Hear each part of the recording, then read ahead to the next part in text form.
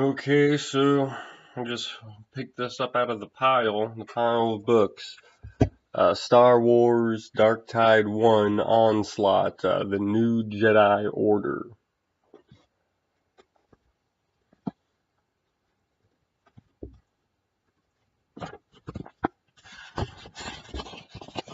Oh, wow. Check out the illustration.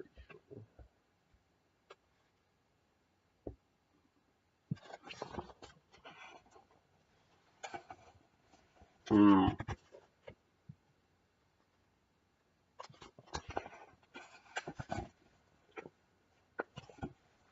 Okay, so I'll probably cut out the first minute of audio, so I'm going to repeat myself in 5 seconds.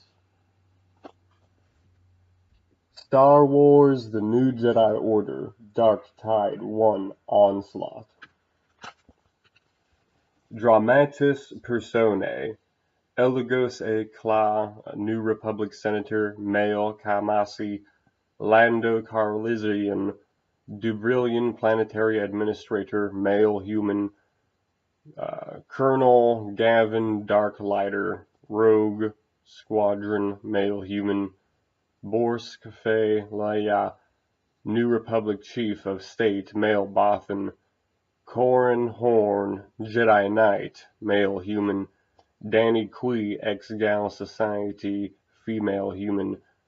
Ganner Rhysody, Jedi Knight, male human. Shadao Shay, Yuzin Vong Commander. Luke Skywalker, Jedi Master, male human. Mara Jade Skywalker, Jedi Knight, female human. Anakin Solo, Jedi Knight, male human. Jason Solo, Jedi Knight, male human. Jaina Solo, Jedi Knight, female human. Leia Organa Solo, New Republic diplomat, female human. Prologue. Standing there on the bridge of the Nebulon B frigate, the pirate Urias Zyzan clasped his cybernetic left hand to the small of his back with his right hand. He stared straight ahead at the tunnel of light into which his ship, the Freelance, flew. Given the nature of the frigate's design, with the bridge far forward, he felt as if he were flying there alone, making his way deep into the territory of the Outer Rim, where no one in his right mind would be found. He glanced back over his shoulder at the Twi'lek working the navigation station. Time to reversion, Quar? The Twi'lek's long lucus twitched. 5 minutes. Zazen turned on the comlink, clipped to his jacket's collar. All hands, all hands. This is Zazen. Red and blue squadrons prepare for launch. You will be moving to the outbound vectors and disabling the smaller yachts. Gunners, we will aim for the escorts. Everyone look sharp, and this may be the last run we ever need make. In and out, clean and easy, you'll all do well, I know. Zazen out. A dark-haired woman stepped up beside Zazen. You really think this haul will earn us enough to retire? It depends upon the quality of retirement you desire, Dr. Carl. The white-haired, white-bearded man turned and smiled at her. Your skills will earn you a good living almost anywhere in the New Republic, and your share of this raid should be enough to buy you a new identity or two. Aneth Carl frowned. Ever since the peace between the Imperial remnant and the New Republic 6 years ago, we've been forced to go after smaller and smaller targets. The New Republic never condoned what we did, but they turned a blind eye to it while the Imperials were still a threat. Pickings were good as reconstructed Imperials fled out here to the remnant, but that trade had been trickling off. Is the raid going to be different? Zazen pushed his lips for a moment and then lowered his voice. It's a fair question you ask. The answer is yes. I can feel it in my bones. This raid will be like nothing we've seen in the last 5 years. Annette smiled mischievously, her brown eyes sparkling. You're not going Jedi on me, are you? The Force tells you about this raid. No, I'm far more practical than the Jedi, and more dangerous too. He spreads his arms. We've nearly 900 crew on this ship, 9 times the number of Jedi in the whole galaxy. And while they have the Force to aid them, I have two powerful allies with me, greed and arrogance. Oh, your plan was good. Correction, my plan was brilliant, Zazen laughed. We let a couple of ships go free because they're traveling together. Then I set up a guy who says he can organize convoys through deep space to the Remnant. We people demand in positions in our convoy. In fact, they paid well for the privilege of traveling safely. But no refunds, correct? The doctor smiled. The credits they've spent are just a down payment. Exactly. They gathered at Garqui, have headed out, and the last of them should be hitting the rendezvous point in 10 minutes. We'll round up what's already there, then pick off the last one and go. Zazen smoothed his mustache with his flesh and blood right hand. It's been a grand run, this last raid. It will be remembered. I would have had history recall me in other ways, but this will be good enough, especially if all of you can be rewarded for your hard work. Annette Carl looked at the various humans and aliens busy at their duty stations on the bridge. We had no love lost on the Empire either, Captain. We owe you our thanks for keeping us alive, allowing us to pay them back all these years. We'd keep going, too. I know, but the New Republic has made peace with the Remnant. Zazen sighed. One cannot underestimate the allure of peace. I think perhaps we finally earned some ourselves. 10 seconds to reversion, Captain. Thank you, Quar. Zazen waved a hand towards the viewpoint. Behold, Doctor, our destiny. The tunnel of light shattered into countless stars of varying hues.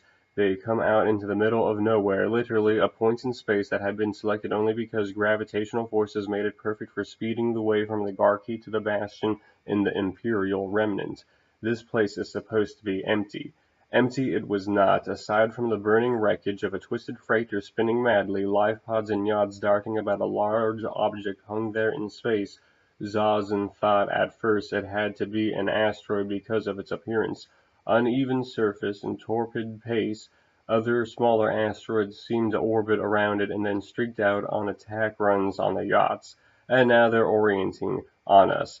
Zazen spun away from the viewpoint, full shields up now, deploy the freighters. I don't know how some fool managed to fit a hyperdrive core to an asteroid, but he's not stealing our ships. Gunnery, get a firing solution on the big rock and open it up. As ordered, Captain. Even as he issued orders and pondered making a planetoid somehow mobile, Zazen knew that the line of reasoning did not explain the smaller rocks that move like starfighters. Sensors, what's going on out there?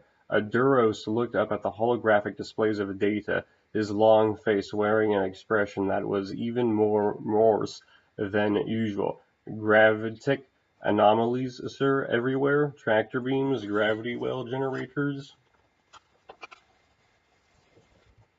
Different, sir. The Duros frowned as a wash of data filled his holograph with overlapping spheres of color. Focused tighter, beams more powerful. The Freelance's turbo laser batteries opened up, sending long streams of sizzling red bolts at the asteroid. The shots looked to be on target, then deviated sharply in their flight, with bolts sharpened their angle of attack, coming together nearly a half-kilometer before they hit the asteroid. Zazen expected the beams to flash through the new focal point and still hit the target, but instead they vanished. What happened? Guns, sensors, what happened? His gunner, an Eotran named Mirip Pag, shook his head in disbelief. We had firing solutions, Captain. We were on target. The Duros Lun Daviran stabbed a quivering finger at the small sphere in a holograph. A gravitic anomaly pulled the shots in. It is as if they are using a black hole to shield themselves. Zazen turned to look at the data and watched as the sphere in question expanded and moved towards the frigate. At the moment of contact, a jolt ran through the ship. Alarms began to sound, announcing that the starboard shield had collapsed. Come out to a heading of 57 Mark 12 ahead fall. Shear off whatever that beam is. Another one coming in, Captain. It will take the aft shield. Pengrasha, the Freelance's starfighter control officer, shouted above the warring sirens. Captain, our freighters are having their shields stripped, their blasters and lasers are not getting through to the enemy. The Duros waved a hand, then grabbed his sensor station in a tight grip, raced for impact. They fired upon us. Impact. Zazin turned towards the viewpoint and saw a sizzling golden ball of something. A plasma flashed past. It caught the frigate in a mid-maneuver, hitting just port of center. The port shield caught the blast but collapsed in seconds, sending a shower of sparks through the bridge and skittering one crewman across the floor. A heartbeat later, whatever had gotten through the shield slammed into the Freelance's armored hull. Thank goodness we have extra armor. Zazin had devoted a lot of resources to reinforcing the armor on the frigate. It had stood up to shots from an Imperial Star Destroyer before, and they lived to tell about it. We also ran away so we could tell about it. The impact momentarily knocked the ship's artificial gravity generators out of phase, so Zazin flew from his feet and into Dr. Carl. Within a second, gravity returned, dropping both of them to the deck, but neither landed too hard. Zazin rose to one knee and helped the doctor up into a sitting position as he turned to look at the Duros. What was that? I don't know, Captain, but it's still eating into the hull. The blue-skinned alien paled eye project a hull breach on the deck, 7 in 20 seconds. Evac the area and close the bulkheads.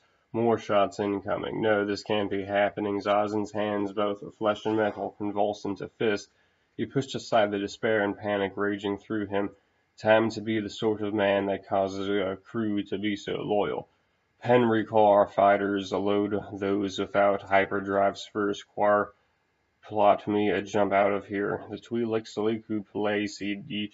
The gravitic anomalies are constantly shifting. Calculating a jump solution is impossible. Are they enough to prevent us from jumping? No, but Zazin snarled, then staggered to a knee as another shot from the asteroid shook the freighter, then jumped blind, sending the coordinates to our fighters, but jump blind.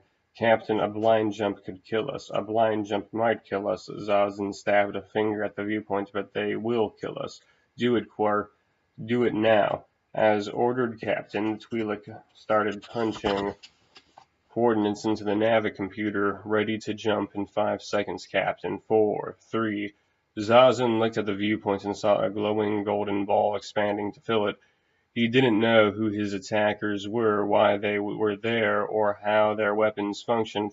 As he pondered those things, the view of space exploded. In that moment, somehow he knew that while having an answer to his questions might bring him some inner peace, the same would not be said of the New Republic.